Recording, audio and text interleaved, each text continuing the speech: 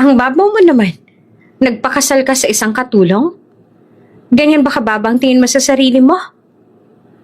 Kantsaw ng ex-fiancé ni Ethan habang nakapulupot sa best friend niyang si Marco. Habang kami, power couple na. Sorry hindi ka nababagay sa liga ng elite. Dagdag pa ni Marco. Sabay tawa. Tahimik lamang si Ethan. Hawak ang kamay ni Duha. Ang dati niyang kasambahay na ngayoy asawa niya na. Ngunit sa board meeting ng kumpanya, pumasok ang bagong investor. Lahat ay napatingin. Siya po si Ms. Duha Vargas, CEO ng Vargas Holdings. Nanlaki ang mga mata ng dating kasintahan. Wait, siya ang investor? Tumayo si Duha. Bakit? Gulat kayo?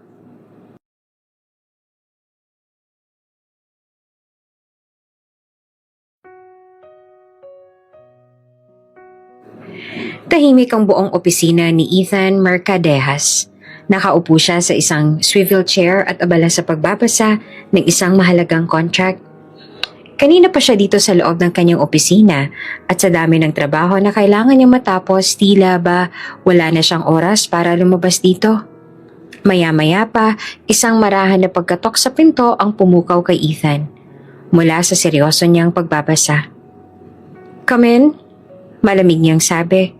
Bumukas ang pinto at tahimik na pumasok ang sekretary niyang si Mara na halatang may babigat na balitang dala.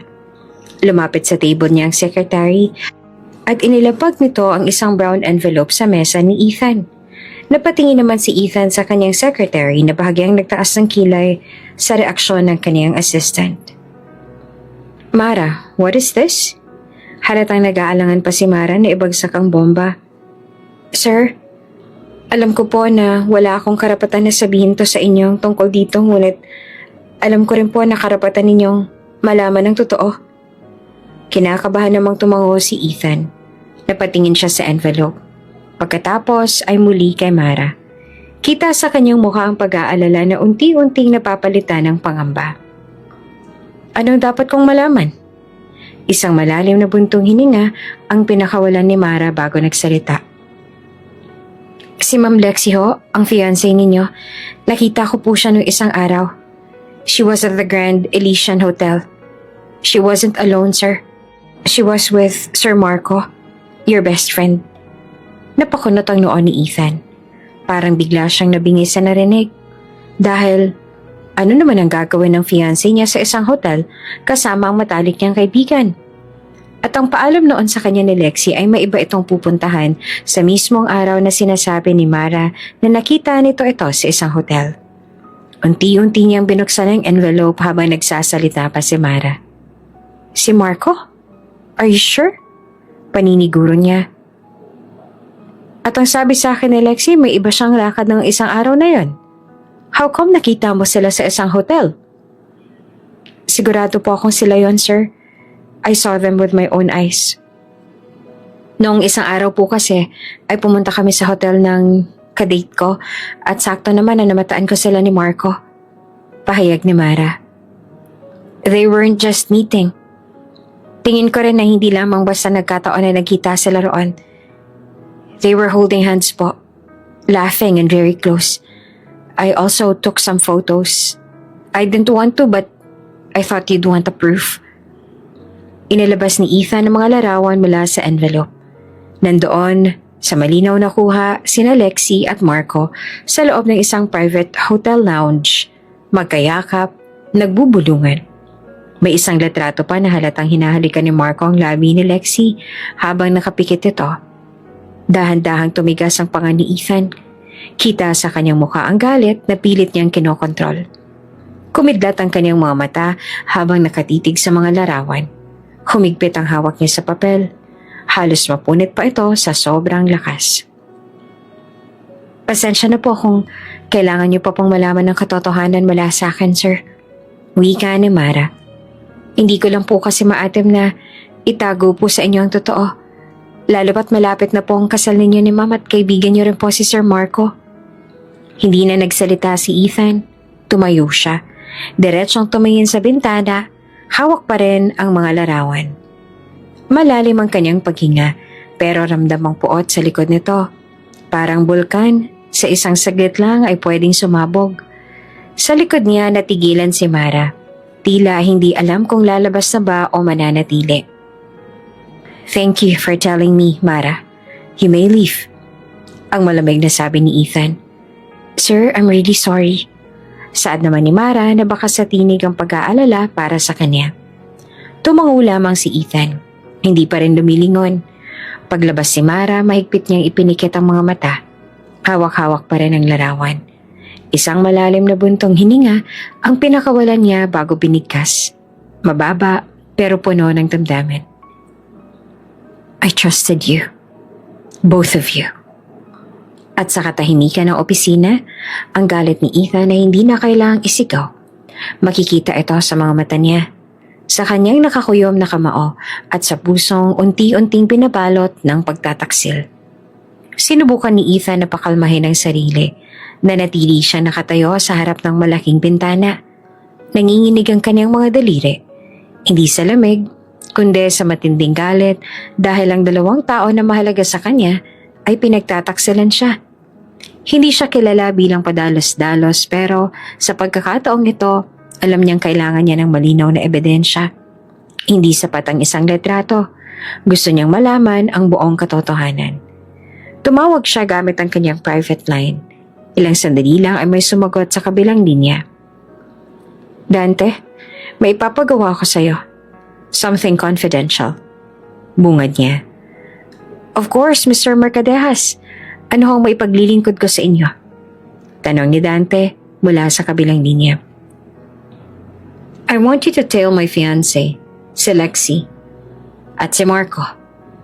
Gusto kong malaman kung madalas pa silang magkita at kung talaga bang niloloko nila ako. I want everything. Photos, places, times. I don't care how long it takes. Find out how deep this goes." Ngumisi naman si Dante sa kabilang linya. "Huwag ho kayo mag-alala, Sir Ethan. Alam mo naman na pagdating sa ganitong mga bagay, maaasahan mo ako. Hindi pa ako pumalya sa'yo." "Good. You can start as soon as possible." "Copy that, Mr. Mercadejas." Pagkababa ng telepono ay naupo na si Ethan sa kanyang mesa. Sa wakas, nakuha niya ng bitawan ng envelope. Napayuko siya. Pinatong ang noo sa kanyang mga kamay. Ramdam niya ang bigat sa dibdib. Hindi lang dahil sa pagkakanulo kundi sa katotohanan, baka matagal na pala siyang ginagawang tanga ng mga taong pinagkatiwalaan niya.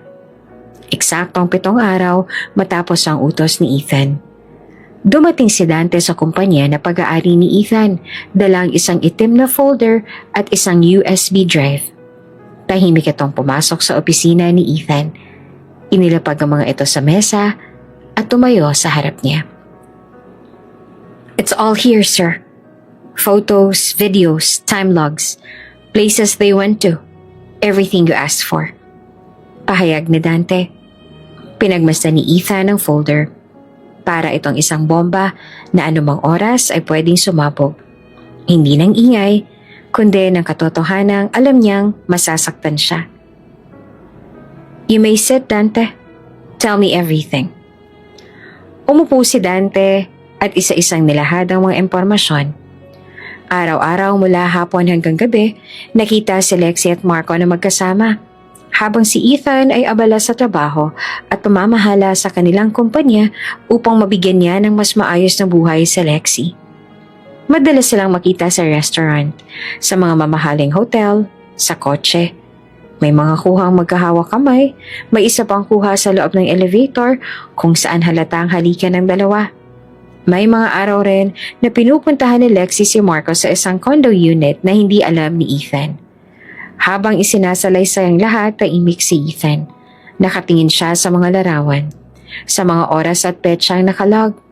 Ang mas masakit, may mga petsa na nakiusap si Lexi na hindi muna sila magkita ni Ethan dahil baka raw ay pagod siya sa trabaho. Iyon pala, may kasama na itong iba. "How long? Gaano katagal na nila akong pinagtataksilan?" Base sa ibang pictures na nakuha ko, mga 5 buwan na. Ngunit base sa closest ng dalawa, I wouldn't be surprised if it started even earlier. Pahayag na Dante. Tumango si Ethan. Tila tinanggap ng katotohanan na pinipilit niyang iwasan.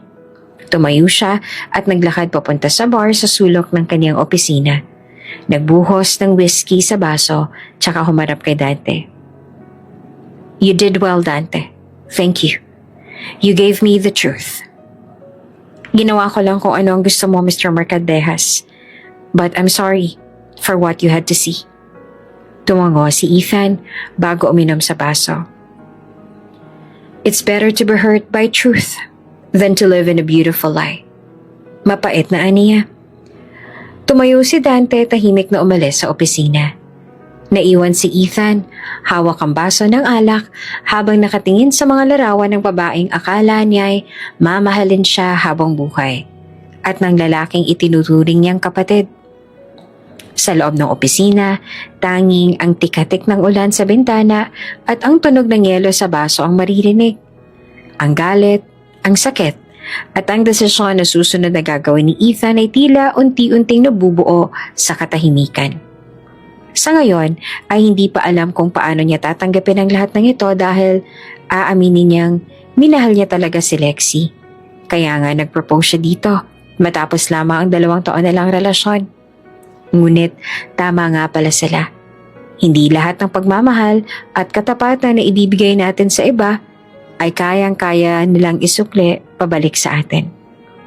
Tumambad sa mata ni Ethan ang malawak at tahimik na hardin ng kanilang ancestral home. Nandoon sa veranda ang kanyang mga magulang, sina Don Marcelo at Doña Elvira Mercadejas. Halatang parehong masaya habang pinag-uusapan ng mga detalye ng nalalapit sana niyang kasal. 2 araw mula nang makumpirma niya ang pagtataksil na Lexie at Marco at sa bawat oras na lumilipas, lalong tumitibay ang kanyang pasya na wag nang ituloy ang kasal, kahit pa nakahanda na ang lahat. Ethan, anak, just in time. Kanina pa sinabi sa akin ng mommy mong tungkol sa updated guest list ng kasal ninyo. We're adding a few more people to the final count. Masayang sabi ng kanyang ama. Malawak din ang ngiti sa labi ng kanyang ina nang humarap ito sa kanya. And the florist called. Naghahanda na sila para sa mock arrangement sa cathedral. Things are falling into place. Just a few months left. Hindi na kami makapaghintay na makita ang aming bunso na ikasal. Hindi kaagad nakasagot si Ethan. Tumayo siya sa harap ng kanyang mga magulang, hawak ang isang envelope na puno ng dokumento. Cancellation forms, listahan ng mga supplier at ang kopya ng mga litrato ng pagtataksil. Malinaw ang pagkabigat sa kanyang mukha, kaya't napansin agad ito ng kanyang ina. Anak, is there something wrong? Ang nag-aalala na tanong ng kanyang ina. Huminga ng malalim si Ethan at saka nagsalita sa mahinahon ngunit matatag na tinig. There won't be a wedding. Sandaling katahimikan ang bumalot sa kanila. Ang saya ng kanyang mga magulang ay napalitan ng gulat. Ano? Ano bang sinasabi mo, anak? Ang tanong naman ni Don Marcelo. Gulong-gulo rin ang ekspresyon ni Doña Elvira. What do you mean no wedding, anak? Everything's ready. The church, the reception, the gowns, Pinutol niyang sasabihin ng kanyang ina. Lexie betrayed me. Natigilan naman ang kanyang magulang sa ibinunyag niya. Ipinakita ni Ethan sa mga magulang niya ang envelope na hawak at sinabi roon lahat ng patunay sa naging kataksilan ni Lexie. Binuksan niya ito at inilabas ang ilang mga larawan. Isa-isa niya rin itong pinakita sa kanila. Una, mga kuha ni Lexie at Marco sa loob ng hotel. Iyon ang karagdagang litrato na ipinadala sa kanya ni Dante. Magkayakap ang dalawa at magkahawak kamay pa. May halik pa sa pisngi. Sunod, CCTV shot sa isang condo unit na pinapasok nila gabi-gabi. She's been seeing Marco for months. Behind my back. My best friend. Ilang buwan na nila akong pinagtataksalan. I had them followed, and I made sure it wasn't a mistake. I wanted to believe it wasn't real. But it is. Puno ng pait ang kanyang tinig. Hindi naman makapaniwala ang kanyang mga magulang. Nanginginig ang mga kamay ni Doña Elvira habang kinukuha ang mga larawan. Si Don Marcelo naman ay tahimik, ngunit unti-unti nang nanilisik ang mga mata sa galit. That's Nick. After everything we gave her. After how we welcomed her into this family. Marain at galit na sabi ni Doña Elvira. And Marco, halos saksi tayo sa paglaki niya. I treated him like a son. Kung anong meron si Ethan ay meron din siya. Tapos ganito lang ang gagawin nila. Tumayo si Don Marcelo. Naglakad palayo sandali bago muling humarap sa anak. Tama lang ang ginawa mo, Ethan. This wedding must end. We will not let this family name be tied to people like them. Lumapit si Doña Elvira sa anak tsaka niyakap siya na mahigpit. You deserve better, iho. Someone loyal. Someone who will stand by you and not deceive you. Tumango si Ethan. Pansin niya na nag-aalala para sa kanyang mga magulang niya. After all, alam nila na minahal niya talaga ng tunay si Lexie at noong sinabi niya sa kanila na ikakasal na sila, nakita nila kung gaano siyang kasaya. Kasi akala ni Ethan ay iyon na ang magiging katuparan ng kaniyang mga pangarap. Pangarap na isang masaya at kompletong pamilya. At hindi naman gusto ni Ethan makita ang pag-aalala at awa sa kanilang mga mata, kung kaya'y inassure niya sila na ayos lang siya kahit pa iyon ang ginawa nila sa kanya. I wanted to believe in the life we were building, but I'd rather rebuild from nothing than live a lie with someone who never loved me right. Mapait niyang saad. Tumango naman si Don Marcelo, tsaka lumapit din sa anak at tinapik ang balikat nito. Huwag kang mag-alala anak, nandito lang kami para sa'yo. Matapos ang natuklasan at naging pasya, tuluyan niyang kinansela ang kanilang kasal. Hindi niya kinausap si Lexie tungkol sa plano niyang yon. Dahil hindi rin naman siya nito kinakausap ng maayos noong nagpa siya itong pagtaksalan siya. Pagkalabas pa lang ni Ethan mula sa elevator ay sinalubong na siya ng isang pamilyar na boses. Ang boses ni Lexie. Puno ng galit at pagkadismaya. Halatang kanina pa ito naghihintay sa hallway ng opisina. Suot ang isang mamahaling coat at may hawak pang phone. Parang gustong sumabog. Ethan! Agad itong lumapit sa kanya. What the heck is this? Bakit ang sabi sa akin ng coordinator ay canceled na ang kasal natin? Are you out of your mind? Diretsong pumasok si Ethan sa loob ng opisina niya. Hindi na ito pinansin. Pero sumunod si Lexie at isinara ang pinto ng malakas. You owe me an explanation. You can't just cancel everything without telling me. Pagalit na bulyaw nito. Huminto si Ethan sa gitna ng silid at unti-unting humarap sa dating fiancé. Hindi ko kailangang magpaliwanag sa'yo, Lexie. Buo na ang pasya ko na hindi tuloy ang kasal natin. Yun na yun. Napasinghap si Lexie at napatawa rin. Seriously? Karapatan kong marinig ang paliwanag mo kung bakit hindi na tuloy ang magiging kasal natin. Dahil fiancé mo ko at ako ang babae na ihaharap mo sa altar. Alam mo ba kung gaano kahirap para sa akin na bigla ko na lang malalaman mula sa secretary ko na ang fiancé ko bigla na lamang kinanselang nalalapit naming kasal? Na wala malang pasabi sa akin? I deserve an explanation, Ethan. Hindi ko kailangang magpaliwanag sa'yo. Dahil wala ka rin namang naging paliwanag sa akin nung nagpasya kang lokohin ako. Natigilan si Lexie sa sinabi niyang yon at kitang-kita kung paano itong namutla. What are you talking about, Ethan? Napailing si Ethan at lumapit sa kanyang lamesa. Mula sa drawer ng kanyang lamesa, kinuha niyang envelope na kanina pa'y handa na. Tumitig siya ng diretso sa mga mata ni Lexie. Tinatanong mo kung bakit ko kinansela ang magiging kasal, hindi ba? Here's my answer. Pinakita niya kay Lexie ang laman ng envelope na puro pictures na to kasama si Marco.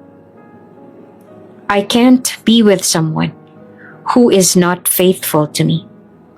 Hindi ko kayang pakasalan ng babaeng niloloko-loko lang ako. Namutla naman lalaw si Lexi. Hindi agad ito nakapagsalita. Dahan-dahan itong umatras. Pero nandoon pa rin ang gulat sa mukha. Itinapon ni Ethan sa harap nito ang lahat ng pictures at bagaman sobrang tindi ng galit na kanyang nararamdaman ay pinili niya pa rin na maging kalmado. I know everything, Lexi. Alam ko na ang totoo na matagal mo na akong pinagtataksalan. With my so-called best friend. Malamig niyang sinabi. Hindi mo kailangan na itanggi dahil malinaw na sa akin kung ano ang totoo. Nakatitig si Lexi sa mga larawan na wala ang kulay sa mukha nito. Para bang nakita nito ang sarili nitong multo. I just can't believe na magagawa mo pa rin akong lokohin matapos ang lahat ng ginawa ko sa'yo. Sad pa ni Ethan. Lahat binigay ko sa'yo. Ano mang hilingin mo, binigay ko. Ano mang gustuhin mo, nakukuha mo. So why, Lexi? Bakit nagawa mo pa rin akong lokohin? At bakit sa kaibigan ko pa talaga? Umiling si Lexi at matalim siya nitong tiningnan na para bang sinisisi pa siya nito sa nangyari sa kanila. You wanna know why? Gusto mo talagang malaman ng totoo? Kasalanan mo naman kung bakit ako nagloko, Ethan. Ano naging kasalanan ko sa'yo, Lexi? Buong relasyon natin naging tapat ako sa'yo. Ni tumingin sa ibang babae, hindi ko ginawa. Kaya hindi ko maintindihan kung bakit ako pa ang nagkasala ngayon. Nanilisik ang mga mata nito at parang laser na nakatingin sa kanya. Because you are always busy, always working, always dealing with meetings, clients, contracts. Your whole life revolves around your company. Wala ka ng oras sa akin. Puro na lang trabahong inaatupag mo. Nakakalimutan mo na may fiancé ka na kailangan din ng oras at atensyon mo. Tumawa si Ethan. Isang mapait at walang emosyon na tawa. Tiningnan niya ito na parang ngayon lang niya tunay na nakita kung sino si Lexi. So, you found what you needed with Marco? Natameme ito ng ilang sandali. Iniwas ang tingin na para bang nahihiya rin ito. At least he listened. At least he was there. Huminga siya ng malalim. Napakababaw ng dahilan mo, Lexi. Kung oras at atensyon ko lang ang gusto mo, sinabi mo sana sa akin. Kinausap mo sana ako. You are my fiancé. Karapatan mong sabihin yan sa akin, ngunit hindi mo ginawa. Pinili mo na lokohin ako kesa ayusin ito. Pinili mo na pagtaksilan ako kesa makipag-communicate sa akin ng maayos. Desisyon mo yun. At wala akong kasalanan doon. You pushed me away, Ethan. Pakiramdam ko'y inabandona mo ako. Pakiramdam ko'y wala lang ako sa'yo na para bang hindi kita fiancé. Ilang ulit mong pinaramdam sa akin na mas mahal mo ang trabaho mo kesa sa akin. No, Lexi. Hindi kita pinagtulakan.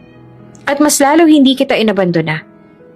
Alam kong alam mo rin kung gaano kita minahal. Na lahat ay handa akong ibigay para sa'yo. Kaya halos ibuhos ko ng buhay ko sa pagtatrabaho para lang din sa'yo. I was building a future for us. I was making sure you'd never have to worry about anything kapag kinasal na tayo. Gusto ko na maging maayos ang lahat para sa akin ang atensyon mo. But while I was planning our forever, you were too busy ruining it with the first man who made you feel seen.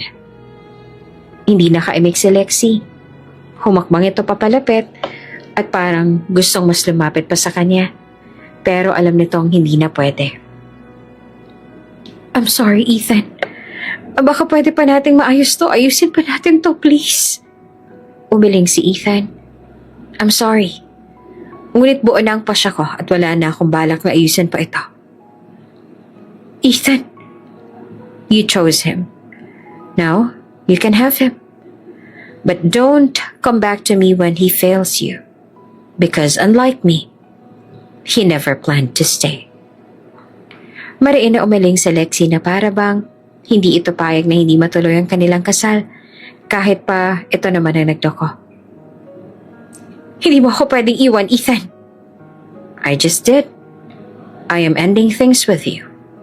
Malamig niyang sinabi. Sana'y maging masaya ka kay Marco. No! Desperado itong lumapit sa kanya. If you leave me, Ethan, wala ka nang mahahanap na kagaya ko. Bahagyang tumawa si Ethan, ngunit puno ng pangungutya ang kanyang ngiti. Tiningnan niya ito na para bang hindi niya ito kalala. Thank God, dahil ayoko naman na makatagpo ng kagaya mo. Napalunok si Lexi, ramdam nito ang lalim ng sugat sa simpleng sagot na iyon. Pero pilit pa rin ito ang nagmatigas. You can't do this. Both of us will be humiliated. Everyone will know you backed out. That we called off the wedding last minute. Hindi lang ako mapapahiya. Dalawa tayo, Ethan. At alam mo, hindi lang kahihiyan ang mapapala mo kapag iniwan mo ko. It doesn't matter. Malamig niya saan. Tumitig si Ethan sa dati niyang fiancé. Malamig, wala nang bakas ng pagmamahal sa kanyang mga mata. Puno na iyon ng pagkamuhi. Kinuha na ni Ethan ang coat at cellphone at handa nang lumabas. Pero bago siya tuluyang umalis, muli siyang tumingin kay Lexi. May bahagyang ngiti sa kanyang labi, ngunit malinaw ang intensyon sa kanyang boses. Oh, by the way, the wedding will still happen, but you won't be the bride. Parang binuhusan ng malamig na tubig si Lexi sa narinig. Namutla ito at halos hindi makapagsalita. Anong ibig mong sabihin, Ethan? Ngumiti si Ethan. Isang makahulugang ngiti. Hindi niya na sinagot ng diretso ang tanong nito. Pagkos ay lumapit sa pintuan. You'll have to wait and see. At sa huling titig, iniwan niya si Lexi na tulala. Nanginginig at hindi makapaniwala. Umuulan ng mahina nang dumating si Ethan sa kanyang bahay. Amoy alak ang kanyang katawan. At halos hindi niya na makuhang buksan ang gate dahil sa labis sa kalasingan.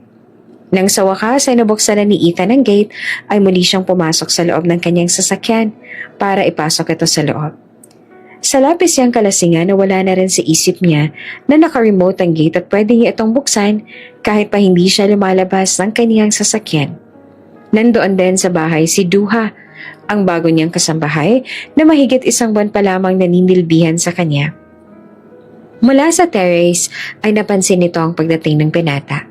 Lasing na lasing at halos hindi makalakad ng tuwid. Sir Ethan, sandali lang po, tutulungan ko kayo, sigaw ni Duha. Agad na bumaba si Duha at sinalubong ang binata. Inalalayan niya ito paakyat sa hagdan. Bagamat mabigat ang katawan ng lalaki at halos dumadapa na sa bawat hakbang, I feel like dying, saad ni Ethan sa labis sa kalasingan. Sir, bakit po kasi umiinom kayo ng marami gayong mahina po ang alcohol tolerance ninyo? Sabi naman ni Duha. 1 buwan pa lamang ang dalaga dito sa mansyon, ngunit alam niya nang mahina ang alcohol tolerance nito. Noong unang linggo kasi dito ni Duha, ay nalasing din si Ethan at siya rin ang nag-alaga dito dahil basta na lang itong iniwan noon ni Ma'am Lexi kasamang kaibigan ni Ethan na si Marco. Sumumpa pa nga noon si Ethan na hindi na ulit ito iinom, pero heto ito ngayon at lasing na naman. Lexi, is that you? Lasing na tanong ni Ethan habang inaalalayan niya itong makaakyat sa hagdan. Hindi siya sumagot pero muling nagsalita si Ethan. Bakit mo nagawa sa akin to, Lexi? Bakit mo ako nagawang lokohin? Nanlumo si Duha sa narinig. Hindi man niya alam ang buong istorya. Sapat na ang luhang unti-unting dumadaloy mula sa mga mata ni Ethan habang inuulit-ulit ang parehong tanong para malaman na labis itong nasaktan sa nangyari. Niloko pala ito ni Lexi. Kaya naman pala ay ilang araw nang hindi umuuwi si Ethan. Ngayon lang, marahil ay pinipilit nito na makalimutan ang nangyari. Why did you cheat on me, Lexi? Maririnig sa boses ni Ethan na nasasaktan ito at tila durog na durog sa nangyari. Bahagya pang nanginginig ang boses nito kaya maging si Duha ay ramdam din kung anong nararamdaman nito. Pagdating nila sa kwarto, maingat na inihaga ni Duha si Ethan sa kama. Kinuha niya ang tuwalya, palanggana ng maligamgam na tubig at ilang pamalit na damit. Dahan-dahan niya itong pinunasan. Inalis ang suot nito na coat at hinubad ang gusot nitong polo habang pinipilit na wag mailang sa sitwasyon. Habang pinapalitan niya ng damit ang binata, muling narinig ang mahina nitong pag-ungol at ang luha nito ay patuloy pa rin na dumadaloy. Tuluyan nang naglalabasan ng sakit na kanina pa niya kinikimkim. "You said you loved me. You said forever." Pinunasan ni Duha ang mukha nito gamit ang malinis na tuwalya, tsaka inayos ang kumot. Umupo siya saglit sa tabi ng kama, pinagmamasdan ng pagod at wasak na mukha ng kanyang amo. Naawa siya dito, dahil halata na mahal na nga nito si Lexi. After all, malapit na sanang ikasal ang dalawa.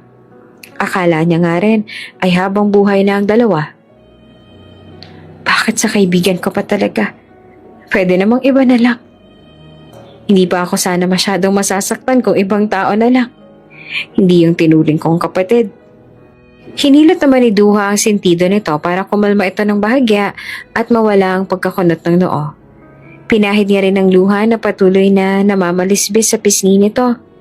Nang sa wakas ay makatulog na si Ethan, saka lang siya nagpasya na iwan na ito. Bumuntong hiningi siya ng malalim at lumabas ng kwarto, maingat na isinara ang pinto. Kinabukasan masakit ang ulo ni Ethan. Parang may dumadagundong na tambol sa kanyang sentido habang unti-unting dumilat si Ethan. Napasinghap siya at bahagyang napaungol habang hawak ang sentido. Pilit na inaalala ang nangyari kagabi matapos niyang malasing. Amoy niya pa rin ang banayad na samiwan ng alak sa kanyang balat, ngunit malinis naman siya at iba na rin ang suot niyang damit. Halatang may nagpalit ng kanyang damit at nagpahid sa kanya. Paglingon niya sa maliit na mesa sa gilid ng kama, nandoon ang isang baso ng tubig at isang note. "Good morning po. Bumaba po kayo kapag kaya niyo na. May niluto po ako para sa inyo. Duha." Kung ganon, ay ang dalaga palang tumulong sa kanya kagabi. Wala siyang maalala sa mga nangyari pero mabuti na lang at hindi siya pinabayaan ni Duha kagabi. Ang dalagang si Duha ay ang bago niyang kasambahay na pinapasok ng kanyang magulang sa bahay niya para raw may makatulong sa kanila kapag naging mag-asawa na sila ni Lexi. Tahimik lang ito palagi. May galang at tila laging nagmamasid mula sa di kalayuan. Hindi naman sila madalas na mag-usap dahil sa mahiyain din ng dalaga. Hindi niya inaasahan na siya rin ang mag-aalaga sa kanya ngayong wasak siya. Bagamat matindi ang sakit ng ulo, ay sinika pa rin ni Ethan na bumangon para makapag-shower. Baka sakali maibsan ang sakit ng ulo niya. Matapos nun, ay bumaba na siya at tumiretso sa kusina kung nasaan ang dalagang si Duha. Naroon din si Manang Flor noong pumasok siya pero agad din na nagpaalam ang matanda dahil kailangan pa raw nito na diligan ng mga halaman sa hardin. Nakaupo naman si Ethan sa harap ng mesa. Nakasuot ng maluwag na gray na shirt at pajama pants. Mukhang pagod rin pero maayos na ang bihis. Pagpasok niya pa lang kanina ay sinalubong ng banayad na amoy ng niluluto ni Duha. "Magandang umaga po, Sir Ethan." Magalang na bati sa kanya ng dalaga na banayad niya lang din at tinanguan. "Uminom po muna kayo ng tubig, sir." Inabot nito sa kanya ang malamig na baso ng tubig na may lemon slice sa gilid. Tinanggap ito ni Ethan at agad na inubos, sabay isang malalim na hininga. "Thanks, Duha. My head's killing me." Nangako na si Ethan na hindi na ulit siya iinom, ngunit heto na naman siya ngayon at nagsasuffer sa hangover. Gumiti si Duha, sabay turo sa mangkok ng mainit na sabaw na nasa harapan nito. "Nagluto po ako ng tinola para sa inyo, sir. Marami po yung green vegetables at luya. Nakakatulong daw po yan sa hangover, sabi ng aking ina noon."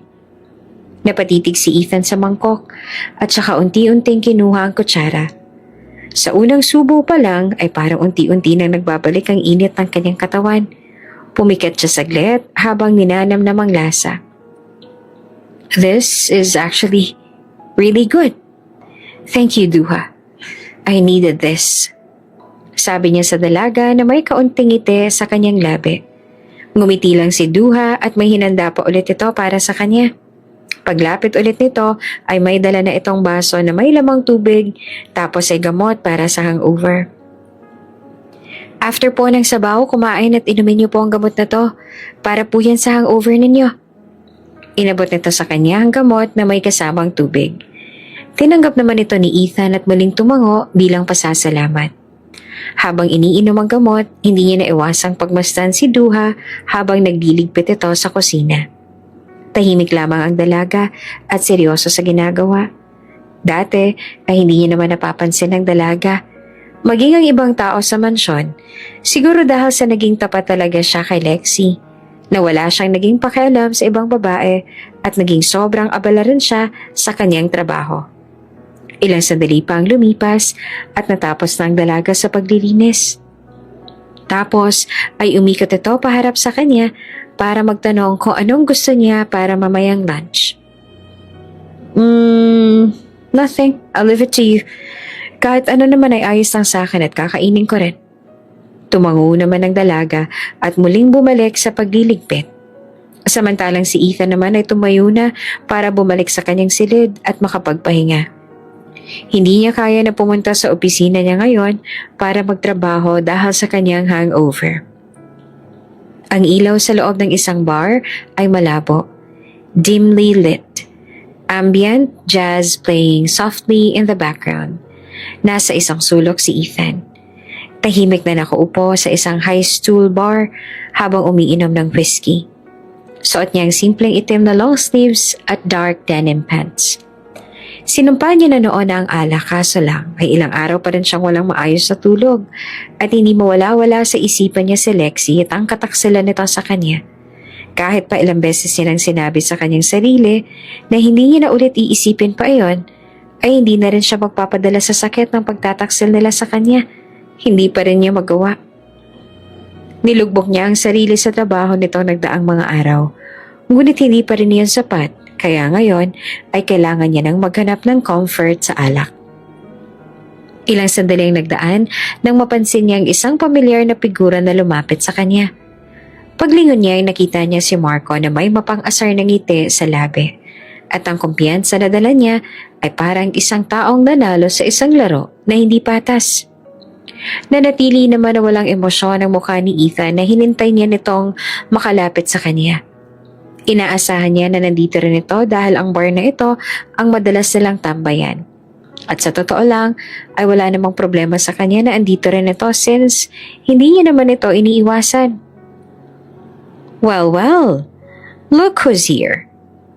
Ethan, I didn't think I'd run into you this soon.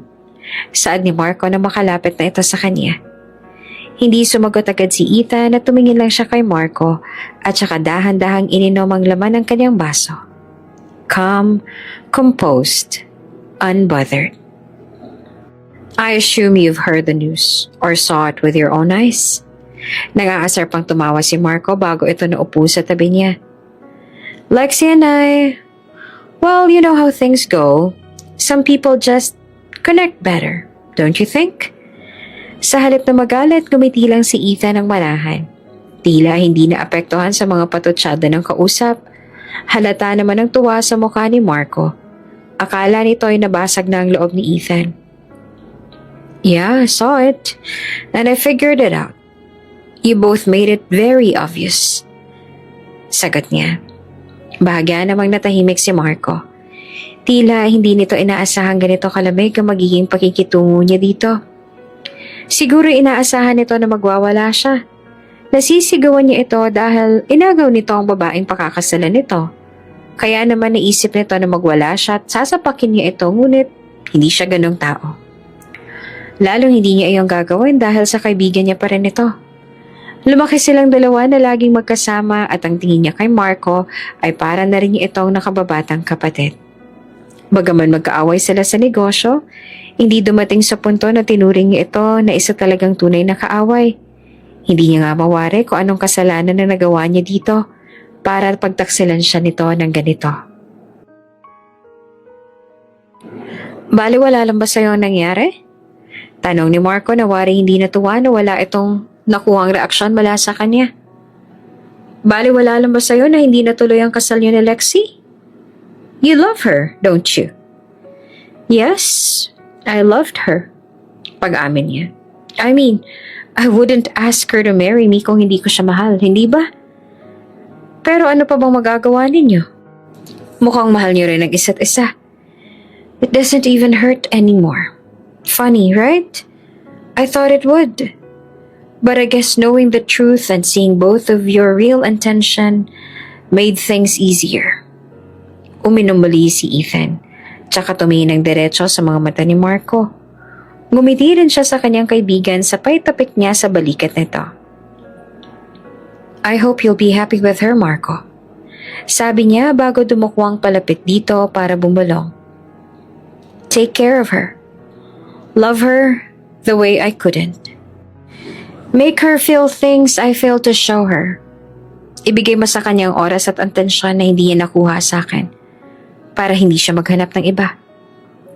Nagkibit balikat siya at saka tumawa ng mahina. Tila ba napapatawa na lang sa kabuoang nangyari. You're the prize now, right? Good luck with that. Natahimik si Marco. Hindi nito inaasahan na ang lalaking dapat ay durog, galit at puno ng hinanakit ay ganito pa rin kaangat ang tindig. Wala itong nakitang bakas ng bighati. Wala ni isang sumbat. Samantalang si Ethan matapos ang ilang saglit ay tumayo na mula sa upuan. Binayaran ng iniinom at kinuha ang coat. Bago siya tuluyang lumakad paalis, muling nilingon si Marco. And Marco, if ever she does to you what she did to me, sila dyan niyang bitinin ang kanyang sasabihin at ngumisin ng puno ng pang-aasar. I won't say I told you so, but I will smile. Iniwan niya na ito sa upuan. Ngayon ay hindi na makangiti. Sa gabing yon, si Ethan ang talunan na nagwagi. Tahimik ang hapon sa bahay ni Ethan. Ang liwanag ng araw ay malumanay na tumatama sa mga kortina ng kaniyang sala habang siya'y nakaupo sa couch. Hawak ang telepono at nakikipag-usap sa kaniyang mga tiyahin na hindi natutuwa sa nalaman na hindi natuloy ang kasal nila ni Lexie. Dahil ayon sa kanila, ay marami na raw silang inimbita na dadalo sana sa kasal at lahat ng ito ay mga kilalang tao pa. Ethan, you have to understand everyone invited has already confirmed. These aren't just ordinary guests. These are dignitaries, business partners, even the Duke of Spain promised to attend. Sabi ng tita Marjorie niya, ang nakatatandang kapatid ng daddy niya na isa ring kilalang businesswoman sa Spain. Iho, this wedding is not just about you anymore. It reflects in our entire family. It will be a scandal if it doesn't push through. People are expecting. We can't afford to cancel it now. Ang sabi naman ng bunsong kapatid ng kanyang ama na halatang disappointed din sa nangyari. Napapikit si Ethan. Mariing pinisil ang tulay ng bridge ng kanyang ilong. Ramdam niya ang bigat ng sitwasyon. Pero higit pa roon ang pasakit ng pagkakanulo. Bago pa siya makasagot, dumating na si Duha at lumapit sa kanya. May hawak na tray ng merienda, isang tasa ng kape at sandwich para sa kanya. Tahimik nitong inilapag ang dala sa mesa sa harapan ni Ethan at saka bahagyang yumuko bilang paggalang. Wala namang imik si Ethan habang pinagmamasa ng dalaga. Simple ang suot nito. Isang kulay kremang blouse at dark jeans. Pero hindi maitatanggi na maganda ang dalaga. Pinikit ni Ethan ang mga mata, saglit na tumingin sa tray ng pagkain at muling itinoon ng pansin sa tawag. The wedding will push through, pahayag niya. Sandaling katahimikan sa kabilang linya at saka halos sabay na nagsalita ang kanyang tiyahin at parehong halatang gulat. What? What do you mean? Akala ba namin she cheated on you? Iho, are you saying? Pero hindi niya nahinintay ang susunod pang sasabihin nila.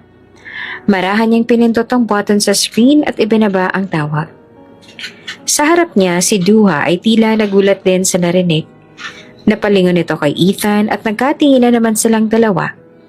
May pagtataka sa mga mata ng dalaga at hindi maikakaila na kahit paano ay nag-alangan siya. Ngunit si Ethan, sa kabila ng katahimikan ay tila may namumuong ideya sa kanyang isipan. Matagal ang naging katahimikan matapos ibaba ni Ethan ang tawag. Tahimik na kinuha niya ang tasa ng kape mula sa tray at saglit na uminom. Tsaka muling tinitigan si Duha na hindi pa rin makagalaw sa kinatatayuan nito. May bumigat na tensyon sa pagitan nila. Parang may sasabog na tanong sa hangin. At hindi nagtagal, ito'y lumabas sa bibig ni Ethan. Duha, would you marry me? Parang nabingi ang paligid. Napaawa ang labi ni Duha dahil sa gulat. Bahagya itong umatras. Hawak ang tray na pinaglalagyan ng merienda. Nanlaki rin ang mata nito at halos hindi makapaniwala sa narinig. Po? Dahan-dahan na tumayo si Ethan mula sa kanyang kinauupuan. Marahan ngunit puno ng determinasyon. Lumapit siya kay Duha. Malapit pero hindi mapang-abuso. Ang boses niya ay malumanay ngunit seryoso. Let me explain, okay? I'm not asking you to fall in love with me or stay forever. Kailangan ko lang masalba ang pangalan namin mula sa kahihiyan. We get married just for a year and then we'll file a divorce. Clean and simple. You'll be free. I need to save my family from this embarrassment. That's it.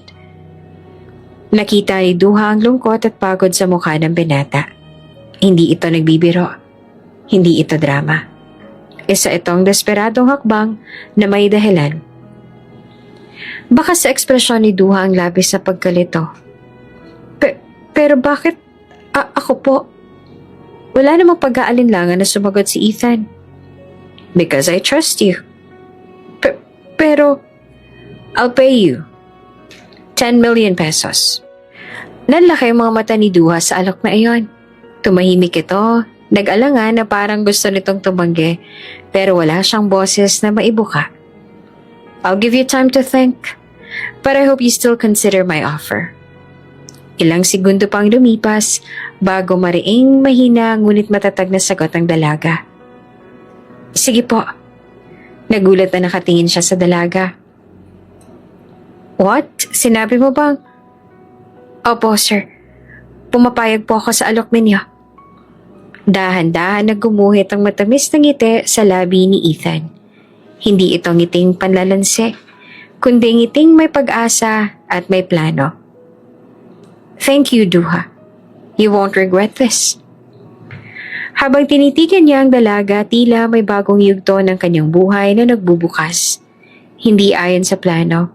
Pero marahil, ito ang simula ng isang kapalarang hindi niya inaasahan. Kinabukasan, matapos malaman ng mga magulang ni Ethan, ang sabi niya na tuloy ang magiging kasal niya, kaagad nilang ninais na makilala ang babae na magiging kapalit ni Lexi. Siyempre, agad niya rin kinausap si Duha kung papayag ba ito na makausap ang magulang niya at nang ito nga ay pumayag, kaagad silang naganda para pumunta. Isang simpleng dress ang suot ng dalaga, pero kahit na gaano pa kasimple ang suot ni Duha, talagang lutang pa rin ang kaniyang kagandahan. Tahimik lamang ang dalaga habang nasa biyahe, papunta sa ancestral home ng pamilya Mercadejas. Kitang-kita rin sa mukha nito ang kaba, pero pinilit nitong maging kalmado. Pagkarating sa malaking sala ng lumang mansyon, bumungad agad sa kanila ang mga magulang ni Ethan. Ang Donya na may regaling tindig at si Don Marcelo na lagi lamang seryoso ang ekspresyon at makapangyarihan ng presensya. Mariin na napalunok si Duha habang nakatingin sa kanila. Ilang beses niya nang nakita ang mga ito dahil bumibisita rin ng mga ito sa mansyon ni Ethan. At katunayan ay si Doña Evila ang nag-hire sa kanya para magtrabaho sa mansyon ni Ethan, pero until now ay kabado pa rin talaga siya sa kanilang presensya.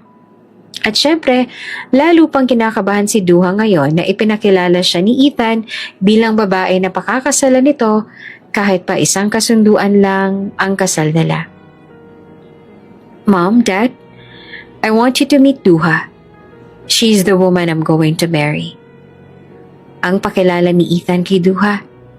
Nagtama ang tingin ng mga magulang ni Ethan. Halatang nabigla, ngunit agad rin itinago ang reaksyon.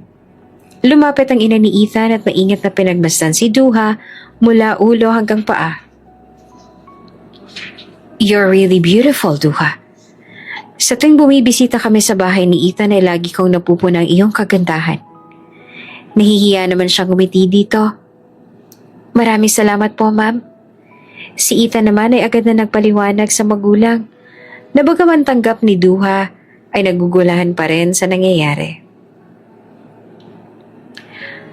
Alam ko po na maaaring mabigla ang lahat kapag bigla kong kinansela ang kasal.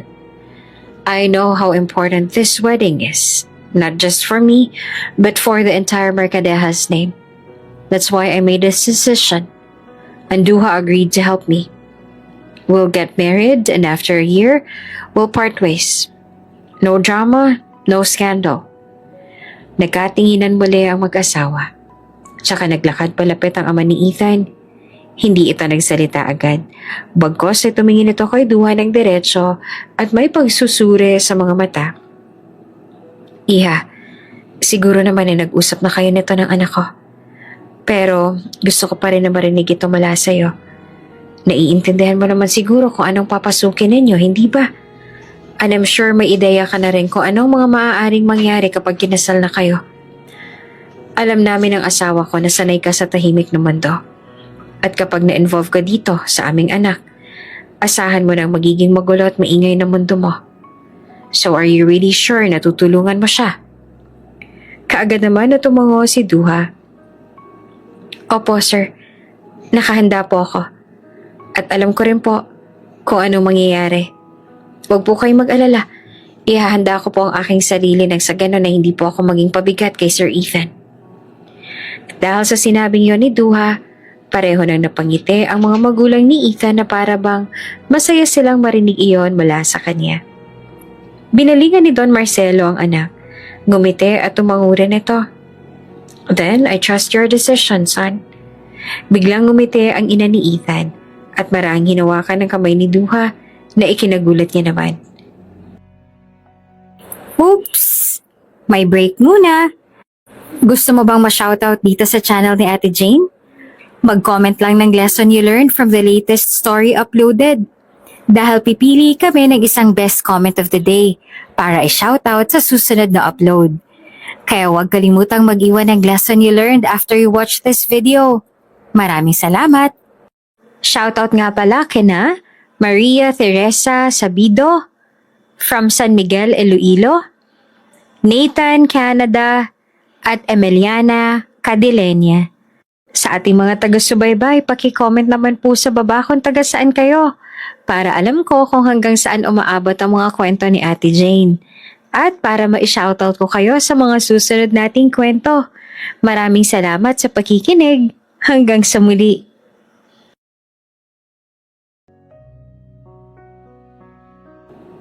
Maraming salamat, Duha. Malaking bagay para sa amin na tutulungan mo ang aming anak para sa plano niyang to. I assure you, you won't regret this decision. We will take care of you as one of our own. Pinisil pa nito ang kanyang kamay at saka matamis din na ngumiti. Wala kang dapat na ipag-alala kasi magiging maayos ang lahat. You can trust our son at pangako rin namin sa inyo na hindi namin kayo pababayaan. Napatingin si Duha kay Ethan. Bahagyang nagulat sa naging pagtanggap ng mga magulang nito. Hindi man niya aminin, naramdaman niyang kahit papaano ay gumaan ang loob niya sa naging pasya. Maraming salamat din po sa inyo, ma'am. Asahan niyo po na gagawin ko po ang lahat para makatulong. Susubukan ko po na hindi kayo bibiguin. Pangako niya pa sa medyo nauutal na tinig. At sa kabila ng lahat, sa kasinungalingan, isang kasunduan na merong layuning protektahan, isang bagong kabanatang magbubukas sa pagitan nilang dalawa. Habang pabalik na sila sa mansyon, tahimik lamang si Duha sa loob ng sasakyan. Sa unang tingin, maayos ang kanyang postura. Nakaupo ng tuwid, ang mga kamay ay maayos na nakapatong sa kanyang kadungan, ngunit hindi iyon nakalampas kay Ethan. Alam ni Ethan na may bumabagabag sa isip ng dalaga. Hindi ito mapakali sa bawat paglingon nito rito. Ang dating mahinhing ngiti ay napalitan ng seryosong ekspresyon na tila malalim ang iniisip. Binagala ni Ethan ang takbo ng sasakyan habang sinusulya pa ng dalaga sa tabi. You've been quiet. Is everything okay? Nilingon ito ni Duha. Bahagyang nagulat sa tanong, ngunit agad ding ngumiti ng tipid. Ayos lang po ako, sir. Iniisip ko lang po ang mga maaaring mangyari at medyo kinakabahan din po ako. Ngayon ko lang po kasi gagawin to kaya nag-aalala ako na baka hindi maging matagumpay. Tumango si Ethan at muling binaling ang tingin sa daan. Ilang sandali pa'y pinahinto nito sa gilid ang sasakyan at pinatay ang makina bago humarap sa dalaga. Nakatingin kay Duha ang binata ng diretso, malamig ngunit may halong pag-unawa ang mga mata. Naiintindihan kita.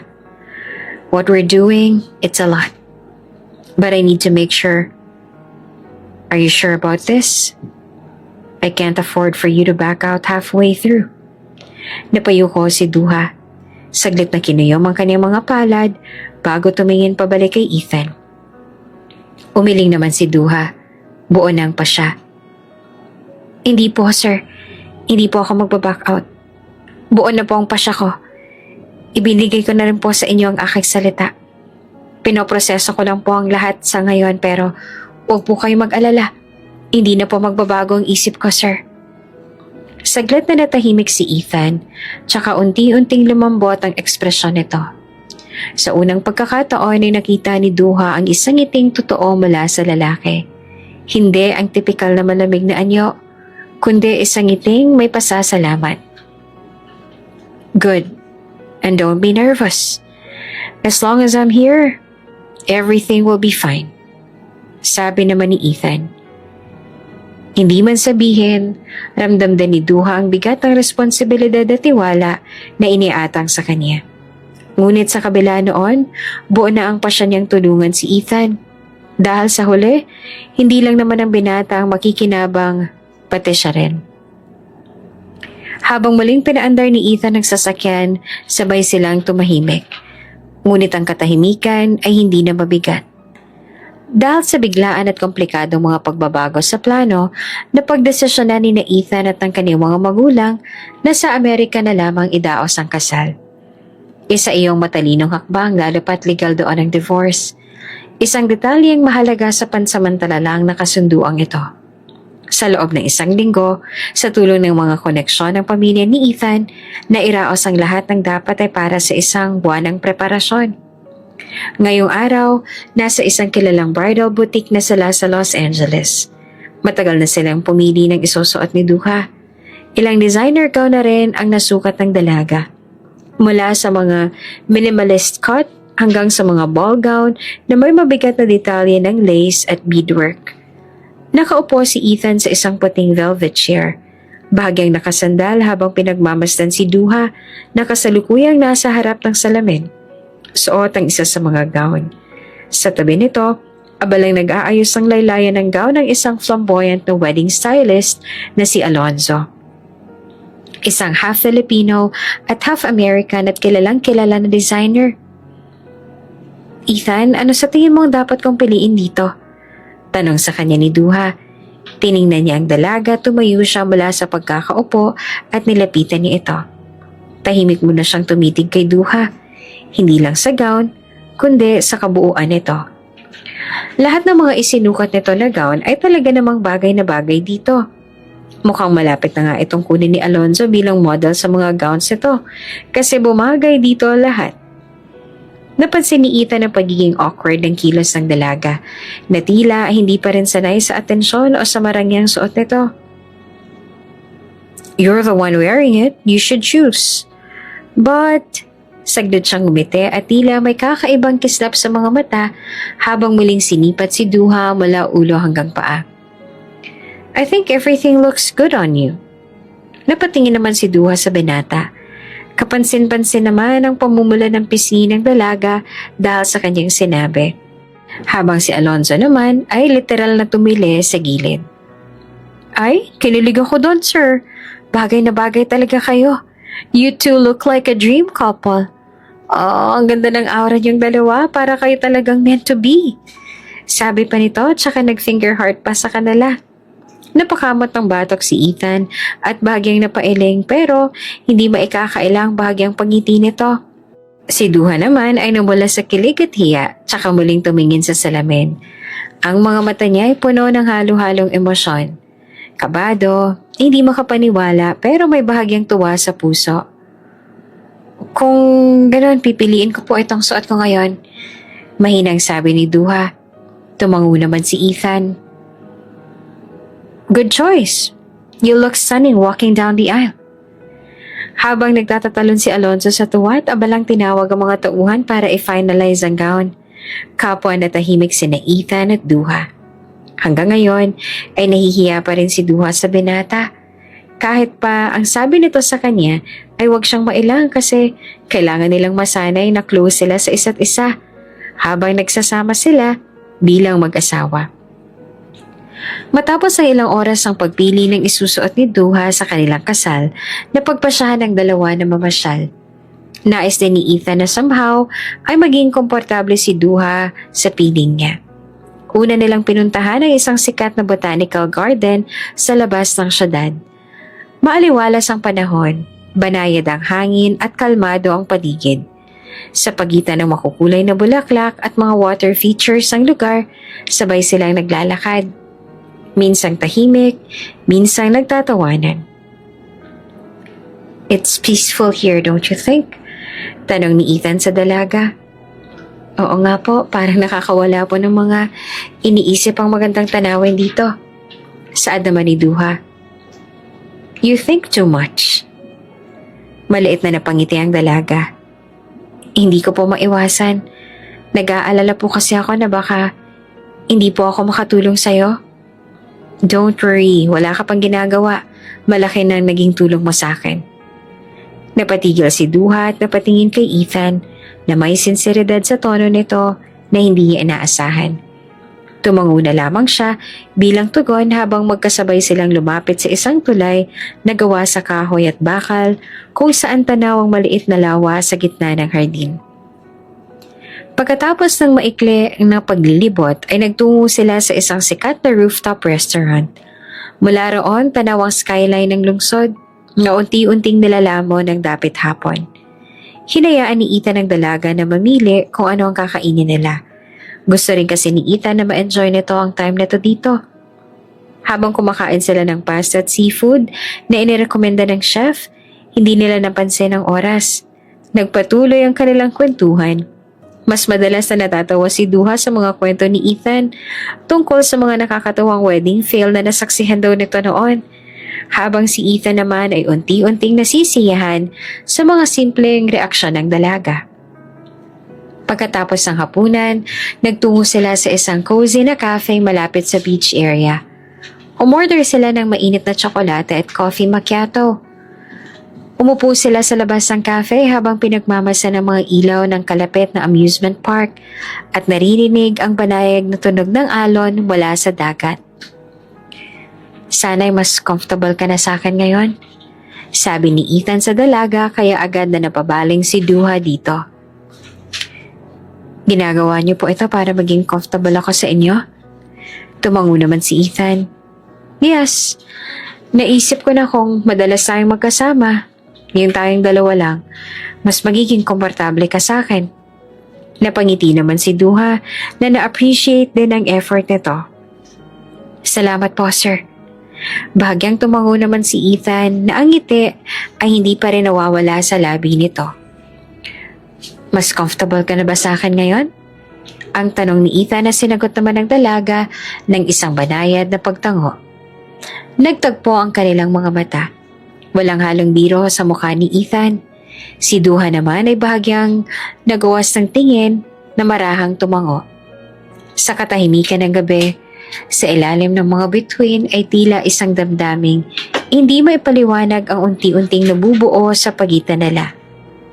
Pagkatapos ng tahimik na lakad at hapunan ni Ethan at Duha, pagbalik nila sa mansyon ay sinalubong agad sila ng butler na nagsabing pinapatawag sila ng mga magulang ni Ethan. Agad silang nagtungo sa private family room kung saan naroon na ang buong inner circle ng pamilya. Mga tsuhin, tiyahin, pinsan at ilan sa mga matalik na kaibigan ng kanilang pamilya. May tensyon sa paligid pero hindi ito dala ng hindi pagsang-ayon. Bagkos, naroon ang tahimik na suporta, ngunit may halong pag-aalala. Agad silang naupo sa dalawang bakanting silya sa gitna habang nagsasalita ang ama ni Ethan.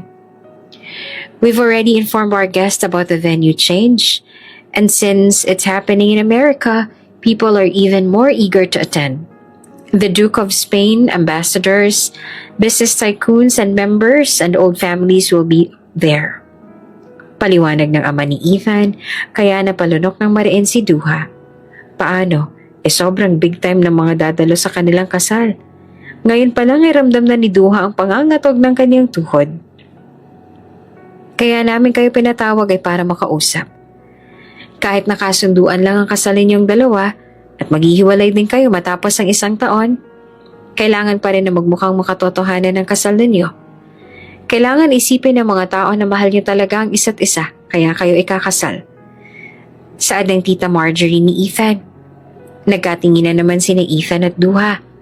Sa kabila ng plano nilang kasal ay tila ngayon pa lang talaga bumigat ang buong kabuuan ng responsibilidad. No missteps, people will notice. If one look, one word, one awkward gesture seems off, the press will eat it alive. The public will speculate. Ani pa ng bunsong kapatid ng ama ni Ethan. This is not just a show. It's a legacy to protect. You must convince them that this is love. Real love. Pahayag naman ni Don Marcelo, ang ama ni Ethan. Napatingin si Duha kay Ethan. Ramdam niya ang bigat ng tingin ng mga tao sa paligid nila. Ngunit mas ramdam niya ang paghawak ni Ethan sa kanyang kamay sa ilalim ng mesa. Mahigpit, tiyak, at may tiwalang hatid. You don't need to worry. Nakangiti na sabi ni Ethan sa kanila. We understand what's at stake, and I promise, we won't fail. Gagawin ko po ang lahat. Wika naman ni Duha. Nagpalitan ng mga sulyap ang mga kamag-anak at unti-unting nagsimulang ngumiti ang ilan sa kanila. Kita ang papuri sa mata nila. Thank you, Duha. You're doing more than you know. Wika naman ang ina ni Ethan. Tumango lamang si Duha, ngunit sa kanyang puso, nararamdaman niya na nagsisimula ng magbago ang motibo ng lahat. Ang dating peke, unti-unting nagkakaroon ng lalim. Dumating na ang araw ng kanilang kasal.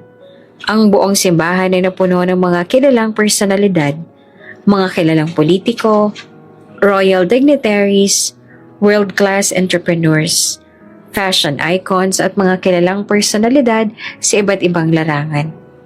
Lahat ay sabik na masaksihan ang pinag-uusapang kasal ng taon. Sa labas ng Grand Cathedral na matatagpuan sa Napa Valley, California, nandoon si Duha sa loob ng bridal car. Nakatingin siya sa salamin habang inaayos ng stylist ang laylayan ng kanyang bridal gown. Ang kanyang suot ay isang couture wedding dress na gawa sa layers of delicate tulle at fine embroidery ng ivory and blush thread na may intricate beading na kumikislap sa bawat galaw niya. Ang off-shoulder neckline ay nagbibigay din sa kanyang malingkinitang leeg at collarbone, habang ang fitted bodies ay sumusunod sa hubog ng kanyang katawan bago bumagsak ang palda sa malambot na eleganteng flare. Ang kanyang buhok ay nakaayos sa loose romantic updo. May ilang hiblang malayang bumabagsak sa gilid ng kanyang mukha.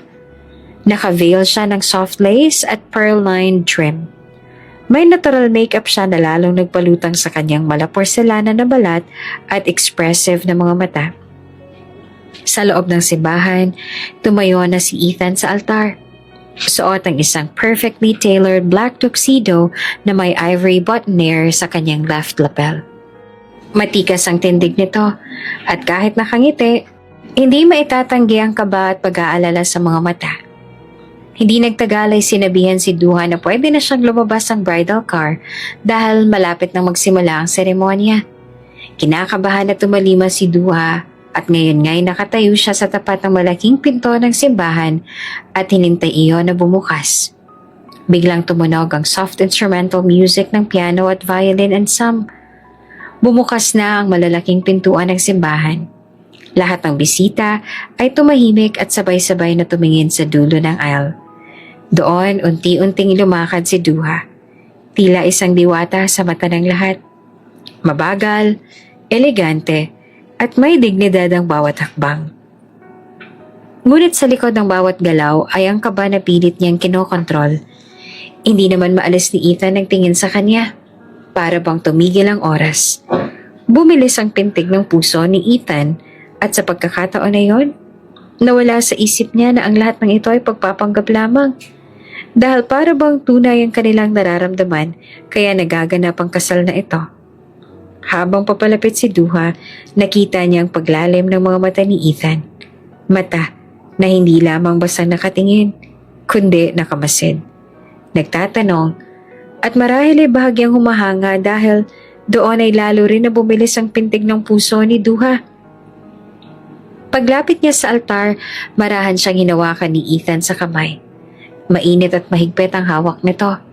Tila nagsasabing, nandoon lang ito at hindi siya nito iiwan doon. "Are you okay?" Napatingin si Duha sa binata. Sa gitna ng kaba at kilig, ngumiti siya ng kaunti at bahagyang tumango. "Oo, ayos lang ako." Huminga ng malalim si Ethan.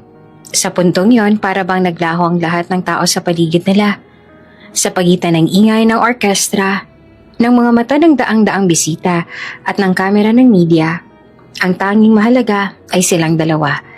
At habang humaharap sila sa altar, isang lihim na kislap ng damdamin ang hindi inaasahang pumitlag sa puso ni Ethan. Hindi nito alam kung alin sa lahat ng ito ang totoo. Ngunit alam nito sa kasalukuyan ay buo ang loob niyang ituloy ito kasama si Duha. Sa loob ng simbahan ay tahimik ang lahat. Tanging ang banayad na tunog ng violin at maamong tinig ng officiating priest ang maririnig. Nakatayo na ngayon sina Ethan at Duha sa harap ng altar, habang nasa paligid nila ang daang-daang panauhin. Ang marble na altar ay dinisenyuhan ng puting rosas, baby's breath at peonies. Sa harap ng mga ito, magkatabi sina Ethan at Duha.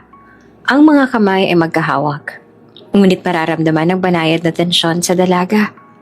Habang nagsisimula ang seremonya, bahagyang nanginginig ang kamay ni Duha, ngunit hindi ito binitiwan ni Ethan. "We are gathered here today in the sight of God and in the presence of these witnesses to join this man and this woman in holy matrimony." Wika ng priest na siyang nagkakasal sa kanilang dalawa.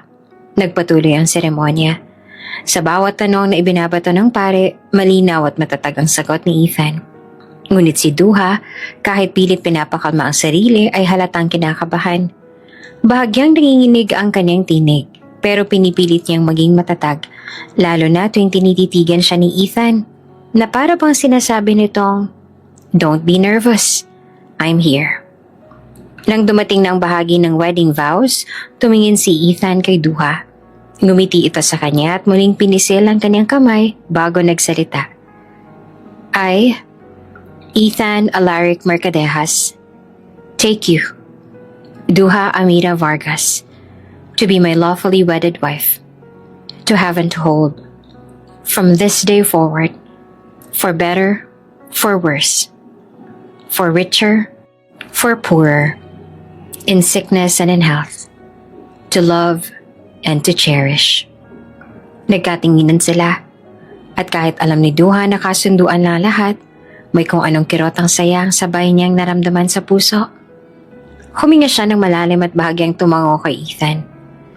"I, Duha Amira Vargas, take you, Ethan Mercadejas, to be my lawfully wedded husband, to have and to hold, from this day forward, for better, for worse, for richer, for poorer, in sickness and in health, to love and to honor."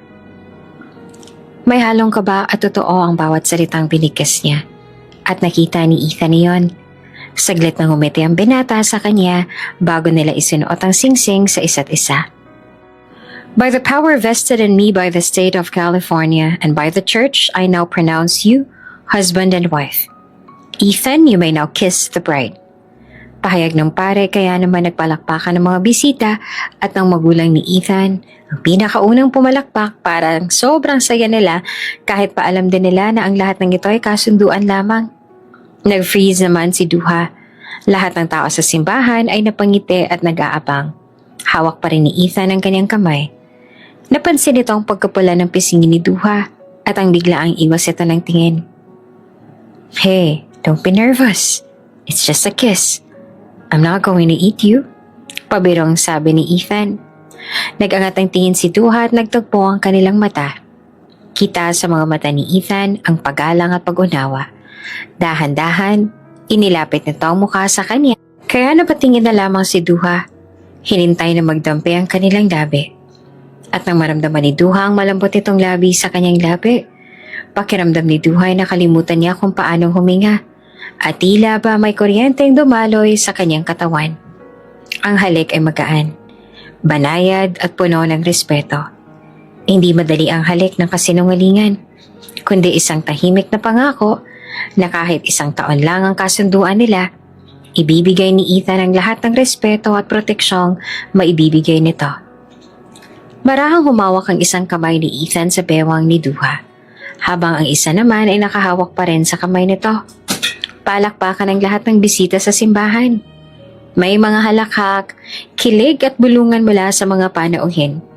Ngunit silang dalawa ay tila nasa sariling mundo. Pagkatapos ng halik, marahan siyang tiningnan ni Ethan at bumulong ulit. You did great, Mrs. Mercadejas. Napalunok si Duha. Napangiti siya ng bahagya. At sa unang pagkakataon, kahit isang kasunduan lang ito, naramdaman niyang ligtas siya sa tabi ni Ethan. Naging usap-usapan naman ang naging kasal na Ethan at Duha na ibinalita pa ito at naging headline sa mga kilalang entertainment site. Kaya mabilis din na nakarating kay Lexi ang tungkol sa balita na iyon. Ethan Alaric Mercadejas marries a mysterious woman in California. Agad na nagdilim ang ekspresyon ni Lexi nang mabasa na nito ang headline. Ang maputing kamay niya ay biglang nanginig habang dahan-dahang in-scroll ang laman ng artikulo. Nandoon ang mga pictures ni Ethan, suot ang eleganteng tuxedo, at ang babaeng kasama nito, si Duha. What the heck is this? Anas sa Lexi. Naupo siya sa tabi ni Marco at ang braso nito ay agad na yumupo sa bewang ng kasintahan. Babe, you okay? You look like you've seen a ghost. Hindi sumagot si Lexi. Imbes ay inabot nito ang kanyang phone kay Marco at itinuro ang headline. Nang makita iyon ni Marco, agad itong napakunot ang noo. Binasa niya ng buo, lalo na ang caption sa isa sa mga photos. The elusive Ethan Alaric Mercadejas finally ties the knot. Nang makita ni Marco ang larawan ng babaeng pinakasalan ng kaibigan, mahina itong natawa. So, he married his maid? Napairap si Lexi. Inagaw muli ang cellphone at halos mabasag ang screen sa higpit ng pagkakahawak. Yes, the maid, the helper. Can you believe it? This is surprising. Si Lexi naman ay napalean back sa upuan niya. God, I guess marrying a maid is his way of escaping shame. Kung sa bagay, malaking kahihiyan nga para sa kanila kung biglaan na lang nilang ikakansela ang kasal. Malaking kahihiyan kapag nalaman ng lahat na iniwan pa siya para sa'yo. The great Ethan Mercadejas, now downgraded to someone who probably does his laundry. Napangisi rin si Marco. Hindi ko lubos akalain na magiging ganito siya. The great Ethan Alaric, ang hinahangaan ng lahat kahit pa noong mga bata pa kami. Ang paborito ng lahat. Ngayon ay sa isang kasambahay lamang bumagsak. Exactly, tawa pa ni Lexi. Diamond ang hawak niya. Ngayon ay napunta pa siya sa tanso. And I'm pretty sure he didn't marry her because he loves her. He married her because he needed a quick fix and a clean cover-up. Kasal para maisalba ang kanilang pamilya mula sa kahihiyan. How pathetic. Napahalukip-kip siya habang minamasa ng reaksyon ni Marco na mukhang masaya rin sa downfall ng kaibigan na matagal na nitong kinakainggitan at tinuturing na kalaban. Let's see how that farce lasts. Because believe me, fairy tales don't start with lies. Dagdag pa ni Lexi. Tumayo siya mula sa pagkakaupo. May determinasyon sa bawat takbang palabas ng cafe. What are you planning to do, babe? I'm just going to remind him who he lost. And who he thought he could replace. Saad ni Lexi.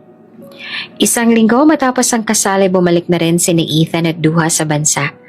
Maaga silang nagtungo sa opisina ng Mercadejas Corporation para sa isang pulong kung saan personal na ipinakilala ni Ethan ang kanyang asawa sa board of directors at iba pang key stakeholders ng kumpanya.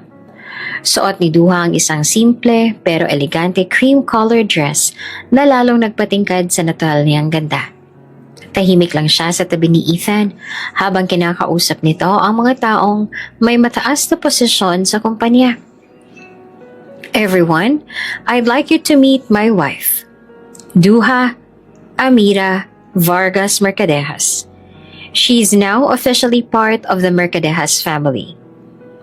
Masigabong palakpakan ang narinig sa conference room. Lahat ay bumate sa bagong kasal.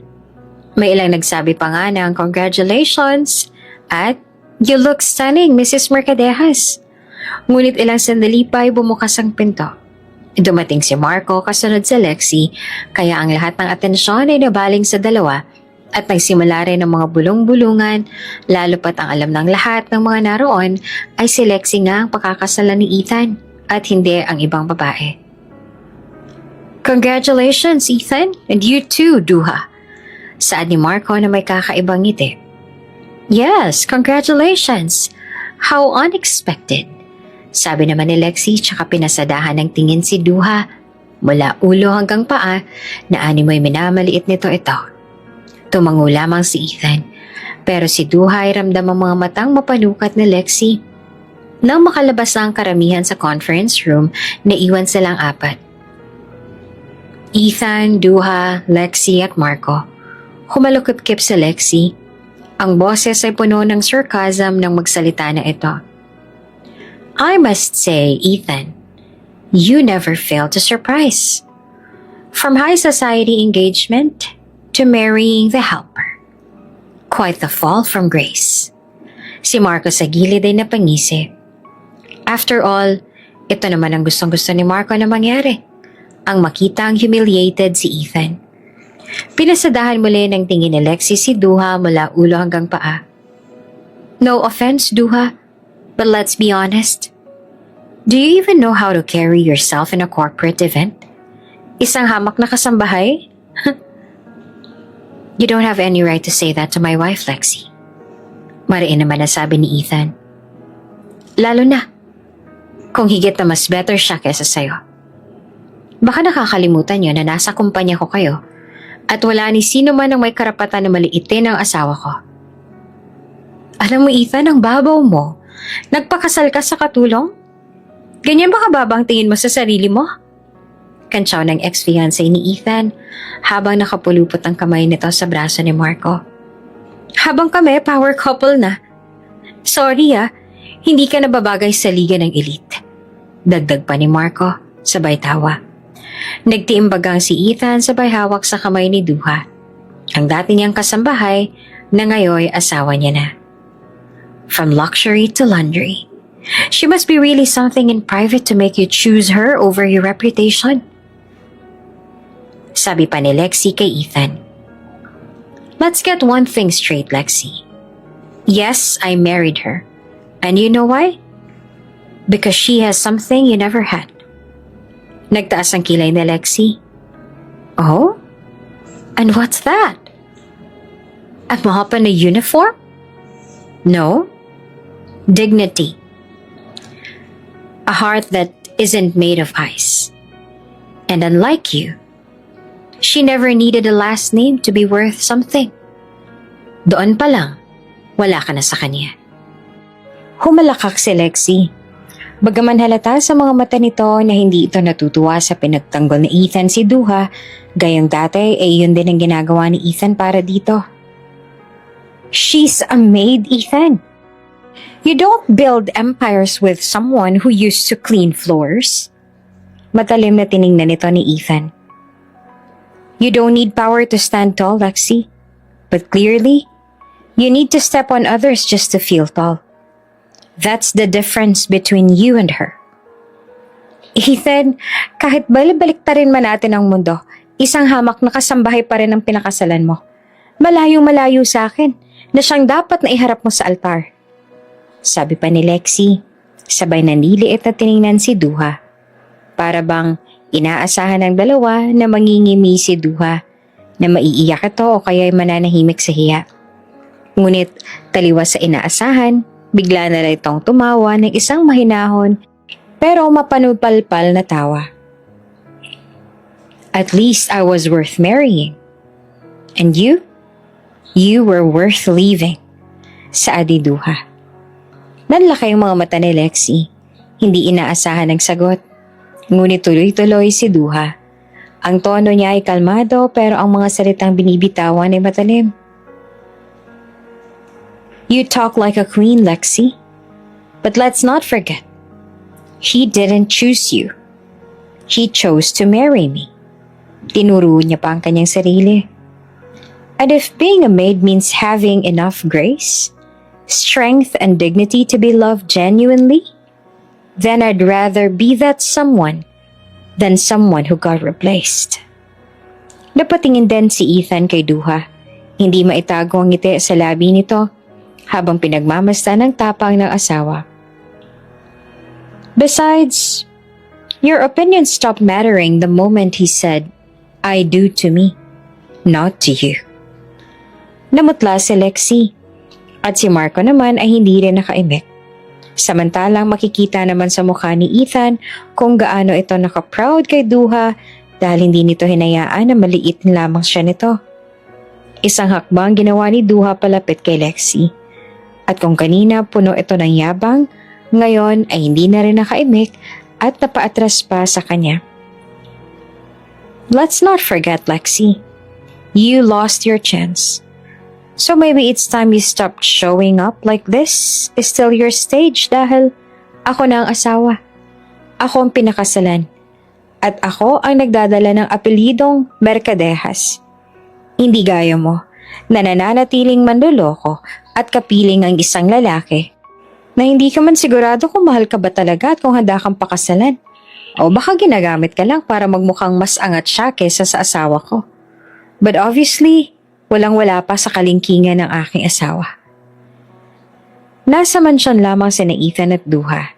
Tahimik ang paligid habang nagbabasa si Ethan ng ilang business documents, samantalang si Duha naman ay nasa kabilang sofa, nagbabrowse sa kanyang tablet.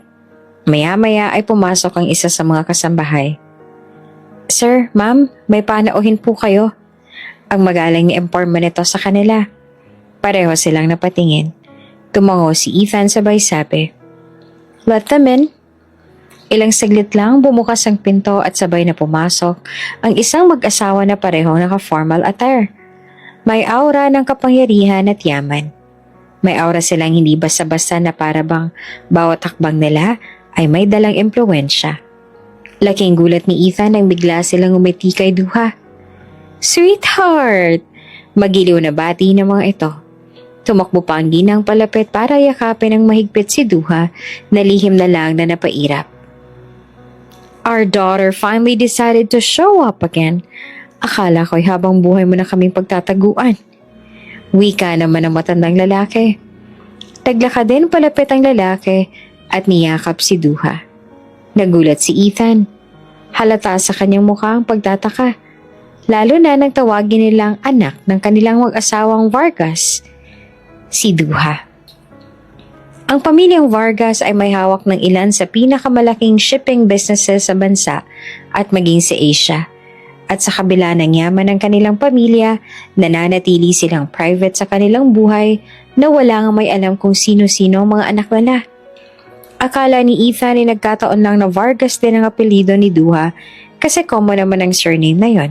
Subalit hindi ito inaasahan. Wait, did you just say daughter? Ang nagugulahan naman na sabit ni Ethan. Umatras si Duha mula sa yakap ng mga magulang at ngumiti kay Ethan. Halatang kinakabahan. Han, I want you to meet my parents. Pakilala ni Duha sa mga ito na lalo pang ikinalaglag ng panga ni Ethan. Ito palang magulang ni Duha at ibig sabihin, ang babaeng pinakasalan niya ay hindi lamang isang simpleng kasambahay kundi ang anak ng mga kilalang negosyante. Bumaling kay Ethan ang mag-asawa at iniabot ni Mr. Vargas ang kamay kay Ethan, kasabay ng ngiti. You probably didn't know us, but we're Duha's parents. Masaya akong makita at makilala ang lalaking pinakasalan ng nag-iisa naming anak. Napako si Ethan sa kinatatayuan. Halata ang pagkabigla sa kanyang mukha. Ganun pa man, tinanggap niya ang pakikipagkamay nito at saka pilit din siyang umiti. Masaya rin po ako makilala, magalang niyang sinabi. From what we've heard, you've done quite the job taking care of her. Papuri naman ng ina ni Duha. Maraming salamat sa pag-aalaga sa aming anak, Ethan Mercadejas. And we would love to get to know you better, Ethan. Dagdag pa ng ama ni Duha. Habang nakaupo sila sa eleganteng sala ng mansyon, isang casual ngunit eleganteng merienda ang inihain sa kanila ng mga kasambahay. Tahimik si Duha, nakatitig sa tasa ng tsaa sa kanyang kamay, habang nakatingin kay Ethan ang kanyang mga magulang. Napansin ni Ethan ang biglaang tensyon sa pagitan ng tatlo. Duha, why did you leave without a word? We were worried sick. Sabi ni Mr. Vargas sa anak. Mon, sweetheart, we didn't hear anything from you. And if we hadn't seen the news about your wedding with Ethan, we wouldn't even know you got married. Dagdag naman ang ina nito. Dahan-dahang iniangat ni Duha ang kanyang mga mata. Halata ang bigat sa kanyang dibdib habang nagsasalita. Nilapag niya ang tasa ng tsaa at huminga ng malalim. Because you were trying to marry me off to someone I didn't even like.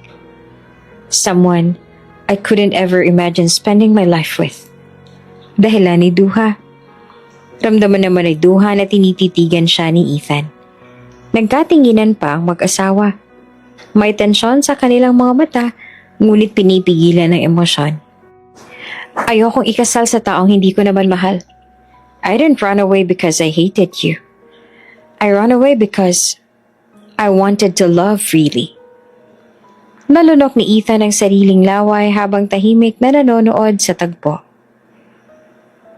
I wanted to be with the man I truly love. The man who didn't care where I came from, what my last name was, or what I was expected to be. Halos maiyak si Mrs. Vargas habang nakatingin sa anak. Si Mr. Vargas naman ay halatang pinipigilan ng damdamin. Ngunit unti-unting lumambot ang ekspresyon ng mukha. So you left. For love. Ana si Mr. Vargas. Yes, Dad. I left. For Ethan. Tumahimik ang buong silid. Nagtama ang mga mata ni na Ethan at Duha. Batid niya na nagulat din ang binata sa kanyang sinabi at marahil ay iniisip nito na tunay nga ang nararamdaman niya para dito. Pero sinabi niya na lamang iyon para hindi na siya pilitin ng kanyang mga magulang na gusto nila para sa kanya. Para hindi na matuloy ang napagkasundo ang kasal na siyang dahilan kaya siya umalis sa kanila nang walang paalam at pinili na mamasukan bilang isang kasambahay. Isang malalim na buntong hininga ang pinakawala ni Mrs. Vargas. We were only trying to protect you, but maybe we held you back. Seryosong tingin ang tinuon ni Mr. Vargas kay Ethan. Then you better make all of this worth it, Ethan. Nakangiti si Ethan ng tumango. You have my word, sir. Pagkaalis sa mag-asawang Vargas sa mansyon ay naiwan ang katahimikan sa loob ng sala. Katahimikan na pinagmamasa ni Ethan, si Duha, habang nakatitig ito sa bintana. Para bang pilit pigilan ng emosyon na kanina pa niyang kinikimkim. Lumapit si Ethan at tumayo sa tabi ng asawa. Maingat ang tono ng boses nito na magsalita. You could have told me the truth. about who you really are. Bahagya namang napalingon si Duha. May bahid ng guilt at kaba sa kanyang mga mata. Sa tingin ko noon, ay hindi naman mahalaga kung saan ako nagmula. Lalo pat kasambahay mo lang ako at kasunduan lang naman ang naging kasal natin. Tumahimik siya sandali, tsaka tumalikod para harapin si Ethan ng buo. At natakot din ako na sabihin sa'yo ang totoo. Natakot ako na baka kapag nalaman mo na ako ang nag-iisang anak ng Vargas, ibalik mo na ako sa kanila. Ayokong bumalik sa amin. Ayoko matuloy ang kasal ko sa isang tao na hindi ko namang gusto. Nagtagpo ang kanilang mga mata. Hindi agad sumagot si Ethan. Sa halip ay may pinagmasdan siya nito. Ang halatang tensyon sa balikat, ang kaba sa mata, at ang bahagyang nanginginig na mga kamay. And now that they know, it changes everything. We have to do better. We need to be more convincing. Act more like a couple in love. Nagtaas ng kilay si Ethan. Ngunit hindi dahil sa pagdududa kundi dahil sa pag-aalala. Nilapit nito ang sarili at marahang hinawakan ng kamay niya. You think they'll still control your future? They always do. If we don't convince them, they might try to marry me off again to someone they choose. Humigpit ang hawak ni Ethan sa kamay niya. Hindi naman mawari ni Ethan kung anong bugso ng damdamin na gumapang sa kanya. Galit, proteksyon o higit pa roon. Ngunit buo ang sagot ni Ethan. Then we'll convince them. We'll be the perfect couple. You'll never have to go back to a life you don't want. Napatingin si Duha sa mga mata ng asawa. Saglit silang nagkatitigan bago siya tumango. Pilit na ngumiti. Okay. Let's make them believe. Dahil sa kailangang panindigan ang kasal nila sa mata ng publiko, naging mas madalas ang paglalabas ni Ethan at Duha. Sa tuwing lalabas sila para mag-dinner, dumalo sa mga charity events o mag-shopping, palagi silang magkahawak kamay. Nagtatawanan na tila ba tunay na mag-asawang masaya sa piling ng isa't isa. Hindi nila alam kung saan nagsimula pero sa bawat ngiti, sa bawat hawak, at halik sa noo ni Ethan, unti-unti nilang nalilimutan na isang kasunduan lamang ang lahat. Isang araw habang nasa garden terrace ng mansyon, tinawag sila ng magulang ni Duha para makausap ng pribado. Since you're already married and both of you are making a great team, nakangiti nitong wika. Your father and I thinks it's time for you to take on a bigger responsibility. Napatingin si Duha kay Ethan. Kita sa mukha ang gulat. Ngunit agad namang umiti si Mr. Vargas at tinapik ang balikat ng anak. We want you to start overseeing one of our companies. I will still be there to guide you, but I admit I'm getting older, and it's about time that someone younger takes the lead. And with Ethan helping you, I'm confident you can manage. Sandaling natigilan si Duha. Una pa lang ay sinabi na sa kanya ng mga magulang niya na darating ang araw at siya nang mamamahala sa kanilang kumpanya dahil siya lang naman ang nag-iisang anak ng mga ito, subalit hindi niya inaasahan na mas maagang darating ang araw na iyon. I'm honored. I'll do my best. I know how important the company is to our family. Sagot naman ni Duha dahil alam niyang darating din naman ang araw na ito kaya mas mabuti pang simulan niya na ng mas maaga. Para naman masanay din agad siya. Ngunit bago pa matapos ang pag-uusap, may sinabi si Mr. Vargas na lalong nagpakunot ng noo kay Duha. We were about to sign a new contract with Colton Enterprises. I believe Marco Colton's father is still the CEO? O ang anak niya nang si Marco Colton? Napatingin si Duha kay Ethan. Alam niyang iyon ang kumpanya ng pamilya ni Marco. Ang kaibigan ni Ethan at siyang naging kabit ng babaeng dapat na pakakasalan ni Ethan. Pagkaalis ng mga magulang niya sa loob ng study room ay nag-usap sila ni Ethan. They have no idea Marco was the one who humiliated me. Hindi rin nila alam na dati mong kaibigan si Marco at siyang naging kabit na Lexi. Nagbuntong hininga si Ethan. And now, They're about to hand him a multi-million-dollar contract. Naglakad-lakad si Duha sa harap ni Ethan. Kita ang determinasyon sa mukha niya. I won't let them benefit from us. Not after everything. What do you have in mind? Tanong ni Ethan. Makahulugang napangiti si Duha. If we play this right, we'll make them beg. And we'll still say no. Let's make them regret ever looking down on me. Nagtagpo ang tingin nila. Sa loob ng ilang sandali, alam nilang pareho nilang gustong isakatuparan ang plano. Hindi lamang ito para sa kanilang reputasyon, kundi para sa paghihigante sa mga taong nagtangka na yurakan ang dignidad nila. Sa malaking boardroom ng Colton Enterprises ay nakaset up ang lahat para sa inaabangang contract signing sa pagitan ng Colton at Vargas Group. Present ang ilang board of directors, investors, at press representatives para sa media coverage ng deal. Nakaupo na sina Marco at Lexi sa kanilang mga posisyon. Kampanteng naghihintay sa pagdating ng kinatawan ng Vargas. Ngunit hindi nila inasahan ang pagdating ng dalawang taong hindi nila inaakala na makikita nila roon. Si Ethan at si Duha. Magkasunod silang pumasok sa loob ng boardroom. Maayos ang bihis, kumpiyansa ang lakad, at tila ba sila ang totoong may-ari ng buong silid. Napakunot ang noon ni Lexi at agad itong napatayo. What the heck is she doing here? Why are they here? This is a private meeting. Naliligaw ka ba, Mr. Mercadejas? This isn't your company. Tanong naman ni Marco habang diretso ang tingin kay Ethan. Samantalang nakakunot naman ang noon ni Lexi, sabay tingin kay Duha mula ulo hanggang paa. She's just a maid. What would she possibly know about corporate contracts? Nagtawanan ng ilan sa mga tauhan ni Marco.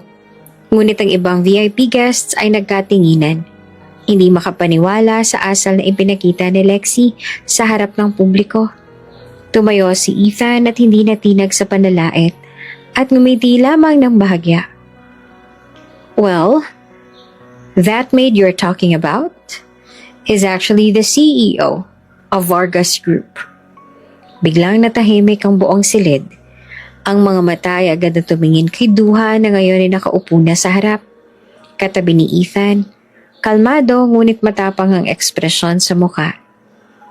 Nagangat siya ng tingin at ngumiti sa lahat. Good morning everyone. I apologize for the surprise. But I thought it was time to reintroduce myself. I am Duha Vargas Mercadejas, the only daughter of Miguel and Celeste Vargas, and currently, the acting CEO of Vargas Group. Napakunot noo si Lexi. Hindi siya makapaniwala sa narinig at agad na nagtaas ang boses at nang insulto pa itong tumawa. No, this is ridiculous. Is this some kind of a sick joke? She's lying. She can't be a Vargas. Isa lamang siyang hamak na kasambahay na dating naglilinis sa aming bahay at CR. That was by choice. I left my family to live on my own terms. You see? Some of us aren't afraid to get our hands dirty, unlike others who hide behind their last names, but has nothing to show for it. Ang malamig naman na sabi ni Duha. Mas lalong lumakas ang bulungan sa paligid at ang mga media representatives ay naglabasan ng mga kamera. Si Marco kahit halatang pagkailang ay pilit pa rin nagpapakatatag. Sinasabi niyo ba nakipag-negotiate kami sa kanya all along? Ngumiti si Ethan sabay apos ang braso sa bewa ng asawa. Yes. All this time sa kanya at sa pamilya niya kayo nakikiusap at nagmamakaawa na pirmahan ang kontrata. Nagulat ang lahat nang bumukas ang isa pang pinto at pumasok ang mga magulang ni Duha. Sina Mr. at Mrs. Vargas kasamang ilang legal advisors. Hindi ko lubos akalain na matapos yung gawin ang lahat para lamang mapilit kami na pirmahan ng kontrata. ay tatratuhin niyo kami ng ganito. Tatratuhin niyo ng ganito ang aming nag-iisang anak. Naupo ang lahat at sa tensyong yon malinaw na si Duha nga ang may hawak ng laro. Ang dating inaapi, ngayon nasa tuktok. Habang ang mga mapanlait ay tila nawala ng kumpiyansa. And after witnessing such distasteful behavior, we've decided to withdraw from this partnership. Ang malamig na sambit ni Mr. Vargas.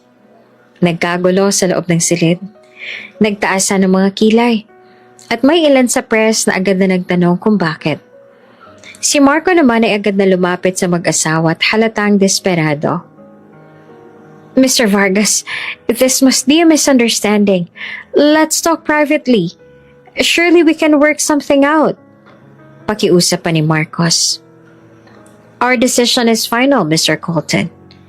We don't align ourselves with companies that lack basic decency and respect.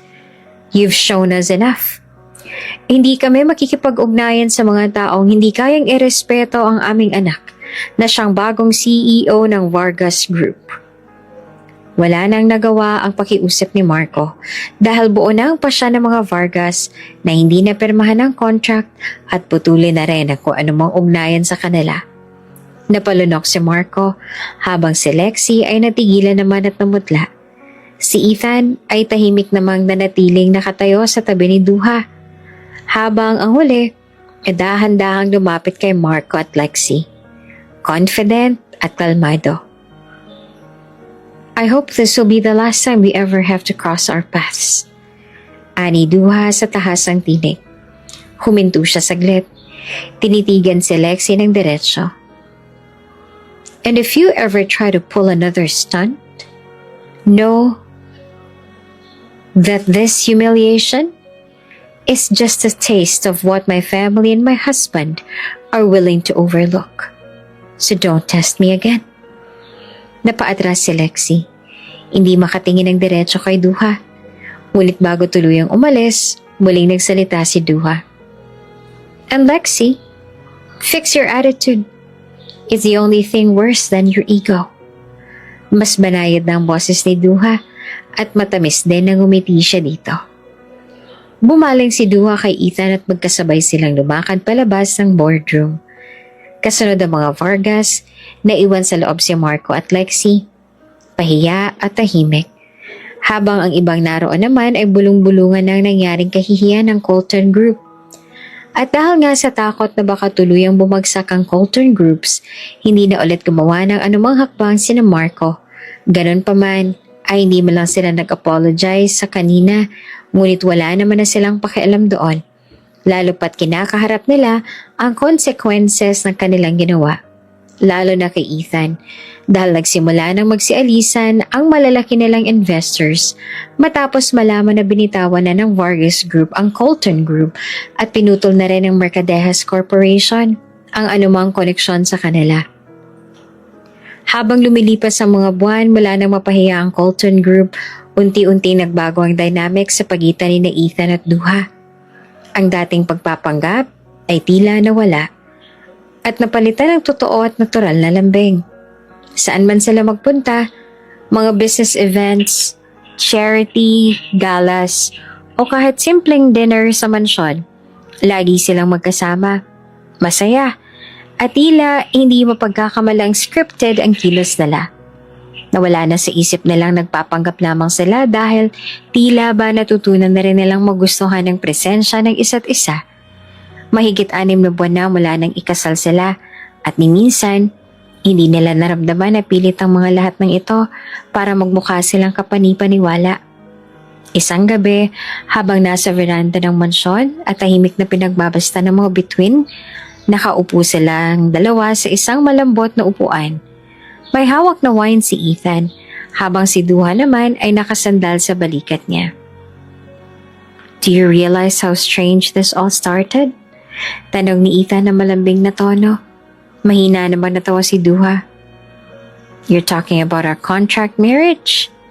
Yeah? I offered you 10 million pesos just so we can fake being married. And now, I can't imagine my life without you.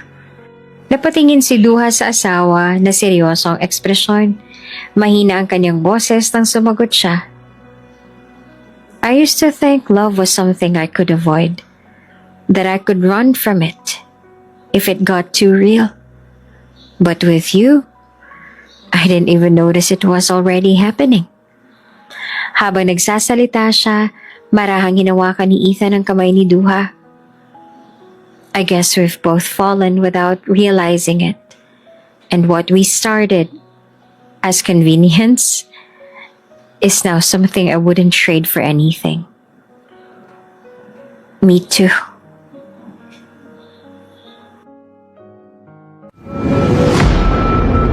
Kung bago ka pa lang sa channel na ito, Ate Jane TV, huwag kalimutang pindutin ang notification bell and subscribe button.